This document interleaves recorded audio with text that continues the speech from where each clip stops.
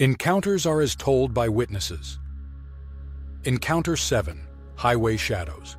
April 7, 1980, Payette National Forest, Idaho.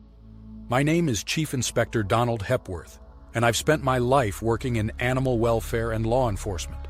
On the evening of Monday, April 7, 1980, I had an encounter I will never forget, one that still challenges everything I thought I knew about the natural world. I was traveling alone, southwest along U.S. Highway 95, cutting through the Payette National Forest in west-central Idaho, not far from the Oregon border.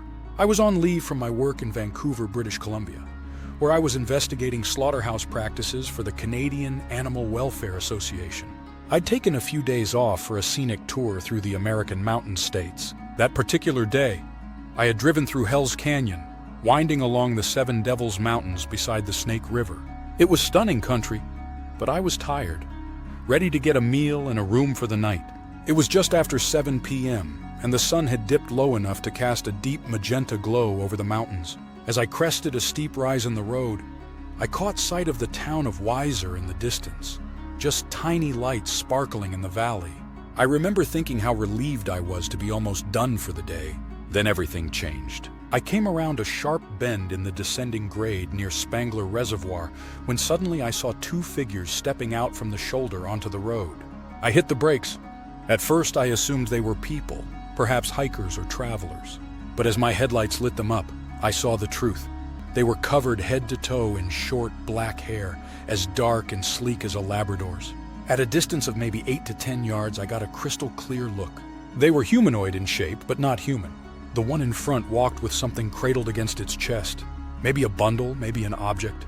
The second was just a few steps behind and appeared slightly taller. I'd estimate its height at around 5'7" or 8, based on my car's frame. It turned partially toward me, and I'll never forget what I saw.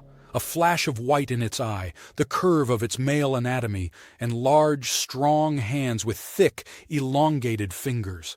Their heads were low-set on broad shoulders, and the skulls sloped back from heavy brow ridges to a kind of knotted crown, like the beginning of a sagittal crest, the sort you might see on a young gorilla.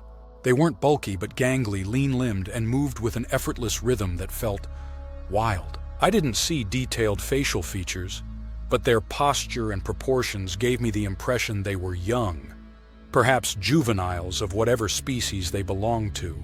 They walked with a strange, deliberate gait, hips bent slightly forward, arms and legs moving in a mirrored cadence, almost like soldiers marching. It was uncanny. To my right, the road dropped into a 6-foot embankment, leading to a steeper slope. The smaller one paused, bent its knees like an athlete, and with a standing, broad jump, it leapt to the top and vanished on the other side. The second one followed, climbing the incline in 2 steps, as if it were walking upstairs. It was one of the most incredible displays of movement I've ever witnessed. No human could have climbed that bank so smoothly, so powerfully. I'm not a scientist, but I've handled bears, primates, and all kinds of exotic mammals during my career. I know what I saw. These were not men in costumes, not pranks, and not misidentified animals. Years in military intelligence and with Scotland Yard taught me this. When you have eliminated the impossible, whatever remains, however improbable, must be the truth. And the truth, as strange as it may sound, is that I saw 2 young Sasquatch cross the highway in front of my vehicle that night. The forest holds secrets, and some of them walk on 2 legs. If this story gave you chills, let me know in the comments. More true encounters are coming, from people who saw the impossible and lived to tell the tale.